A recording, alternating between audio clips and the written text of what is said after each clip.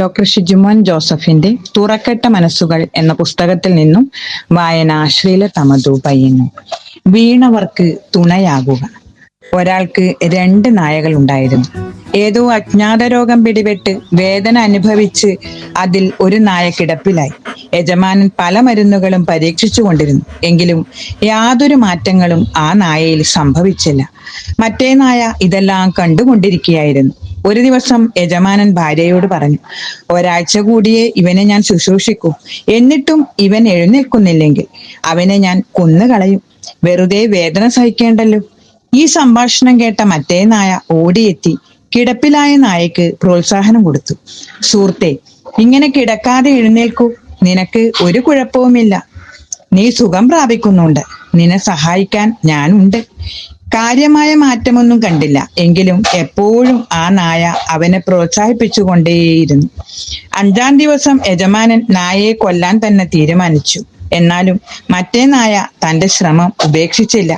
കൂട്ടുകാരനെ എഴുന്നേൽപ്പിക്കാനുള്ള എല്ലാ ശ്രമങ്ങളും നടത്തിക്കൊണ്ടിരുന്നു. അങ്ങനെ അടുത്തിരുന്നു ധൈര്യം കൊടുത്ത് അതിനെ പതുക്കെ എഴുന്നേൽപ്പിച്ചു. ക്രമേണ കിടപ്പിൽ നിന്നും ആ നായ എഴുന്നേറ്റു. യജമാനൻ തന്റെ തീരുമാനവും തിരുത്തി. മനുഷ്യജീവിതം സമ്മർദ്ദങ്ങളും വെല്ലുവിളികളും നിറഞ്ഞതാണ്. നമുക്ക് എല്ലാവർക്കും ജീവിതത്തിലെ ചില ഘട്ടങ്ങളിൽ വീഴ്ചകൾ നേരിടേണ്ടി വന്നിട്ടുണ്ടാകും. അത്തരം സന്ദർഭങ്ങളിൽ വീണുകിടക്കുന്നവന് ഏറ്റവും പ്രധാനപ്പെട്ടതും ആവശ്യമുള്ളതും തുണയും പ്രോത്സാഹനവുമാണ്. വീഴ്ചയിലൂടെ പോകുന്ന ഒരാളുടെ മനസ്സ് ഒറ്റപ്പെടലും നിരാശയും കൊണ്ട് നിറഞ്ഞിരിക്കാം. അത്തരം അവസ്ഥകളിൽ സഹാനുഭൂതിയും പിന്തുണയും അവർക്ക് വലിയ ആശ്വാസമായി വരുന്നു. സ്നേഹവും കരുതലുമുള്ള ചില വാക്കുകൾ, കൈകൊടുക്കുന്ന ഒരു സഹായം അവരെ ഉയർത്തുവാനുള്ള കാരണമാകും. ഞാനും ഇതുപോലെ അനുഭവിച്ചിട്ടുണ്ട് എന്ന ഒരു വാക്ക് വലിയ ആത്മവിശ്വാസം നൽകുന്നു. വേദനയില്ലായിരിക്കുന്നവരെ കേൾക്കുക. ഒരു വീഴ്ചയിലൂടെ വേദനയിലായിരിക്കുന്നവരെ കേൾക്കുക. ഒരു വീഴ്ചയിലൂടെ നമുക്ക് വെല്ലുവിളികൾ നേരിടേണ്ടി വന്നാലും പ്രോത്സാഹനം നമുക്ക് വീണ്ടും ഉയരാനുള്ള ശക്തി നൽകുന്നു. ഇത് ജീവിതത്തിന്റെ വിവിധ മേഖലകളിലും പ്രവൃത്തികളിലും കാണാവുന്നതാണ്. വീണിട്ടും വീണ്ടും ഉയർന്നു വന്നവരുടെ കഥകൾ കേൾക്കുക. ബുദ്ധന്റെ ഉപദേശങ്ങൾ, മഹാത്മാഗാന്ധിയുടെ ജീവിതം, അലബാമയിലെ റോസാ പാർക്സിന്റെ സമരം, ഇവയൊക്കെ പ്രത്യാശയുടെ ഉദാഹരണങ്ങളാണ്. വീഴ്ചകൾ ഒരു ഇടവേള മാത്രമാണെന്ന് ഓർമ്മിപ്പിക്കുക. ഒരാൾക്ക് മുന്നോട്ടു പോവാൻ, പുതിയ ലക്ഷ്യങ്ങൾ നിശ്ചയിക്കാൻ അത് അവരുടെ ശ്രദ്ധയും പ്രയത്നവും നൽകി ഉയരാൻ പ്രചോദനമാകും.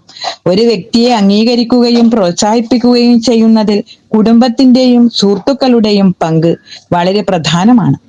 ജീവിതത്തിലെ ഏത് ഘട്ടത്തിലും ക്ഷമയും കരുതലും പ്രോത്സാഹനവും നൽകുക എന്നത് വലിയ മാറ്റം സൃഷ്ടിക്കും.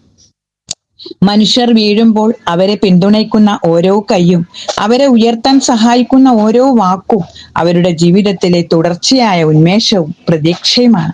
അതുവഴി ഒരു വ്യക്തിയെ ശക്തമാക്കുകയും അവരുടെ ജീവിതം വീണ്ടും പ്രതീക്ഷയിലേക്കും വിജയത്തിലേക്കും എത്തുകയും ചെയ്യും. കൈപിടിക്കാനും ശക്തി പകർന്നു നൽകാനും ആളില്ലാതിരുന്നതിന്റെ പേരിൽ മാത്രം തകർന്നുപോയ ജീവിതങ്ങൾ ഏറെയാണ്. മരുന്നിനേക്കാളും വാക്കുകൾക്ക് വിസ്മയം സൃഷ്ടിക്കാനാകും. തളർന്നു വീണവന്റെ അടുക്കൽ താരാട്ടുപാട്ടല്ല വേണ്ടത്, ഉണർത്തുപാട്ടാണ് പാടേണ്ടത്. ആശ്വാസത്തിനൊപ്പം പ്രോത്സാഹനം കൂടി ആകുമ്പോൾ അത് വീഴ്ചയിൽ നിന്നും എഴുന്നേൽക്കാനുള്ള വഴിവിളക്കാകും. തളർന്നിരിക്കുന്നവരോട് പോട്ടെ, ഞാനുണ്ട് കൂടെ എന്ന് പറയുമ്പോൾ അവർക്ക് ലഭിക്കുന്നത് ശക്തമായ ഒരു വൈദ്യുതി പ്രവാഹമായിരിക്കും. പ്രോത്സാഹിപ്പിക്കാൻ അറിയാത്തവർക്ക് പ്രേരക ശക്തിയാകാനാകില്ല. ജീവിതമേ തീർന്നുവെന്ന് വിധിയെഴുതപ്പെട്ടവർക്ക് പ്രോത്സാഹനം നൽകുന്ന പ്രതീക്ഷയുടെ ജീവശ്വാസം ഏറെ മഹത്വമുള്ളതാണ്. പകർന്നു നൽകുന്നവർ ഈശ്വര തുല്യരും. ഒരു വ്യക്തിയുടെ വേദന കേൾക്കുക എന്നത് മൂല്യമുള്ള ഒരു ഗുണമാണ്. കേൾക്കാൻ ആളില്ലാതാകുന്നതാണ് ഇന്നത്തെ ലോകത്തിന്റെ പ്രശ്നം.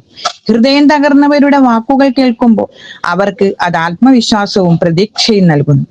ഇത് അവരെ കൂടുതൽ തുറന്നു പറയാൻ പ്രാപ്തരാക്കും. മാനസിക സമ്മർദ്ദങ്ങൾ കുറയ്ക്കുകയും അവരെ കൂടുതൽ സമാധാനത്തോടെ ജീവിക്കാൻ പ്രാപ്തമാക്കുകയും ചെയ്യുന്നു. അവരുടെ പ്രശ്നങ്ങൾക്ക് പരിഹാരം കണ്ടെത്താനും അവർക്ക് മുന്നോട്ടു പോകാനുള്ള പ്രേരണ നൽകുന്നു. ഹൃദയം തകർന്നവരുടെ കാതുകളാകുക എന്നത് വലിയ കാരുണ്യമാണ്. ഒരു മനുഷ്യൻ മറ്റൊരാളുടെ വേദനയോട് സഹാനുഭൂതി പ്രകടിപ്പിക്കുമ്പോൾ അവനവന്റെ ഉള്ളിലെ സ്നേഹവും കരുതലും പ്രതിഫലിപ്പിക്കുന്നു. ഹൃദയം തകർന്നവരുടെ വേദന കേൾക്കുക എന്നത് അവരുടെ ജീവിതത്തിൽ പോസിറ്റീവ് മാറ്റങ്ങൾ വരുത്തുന്നതിലും അവരുടെ ജീവിതം തന്നെ പുനഃസ്ഥാപിക്കുന്നതിനും വലിയ പങ്കുവഹിക്കുന്നു. നന്ദി.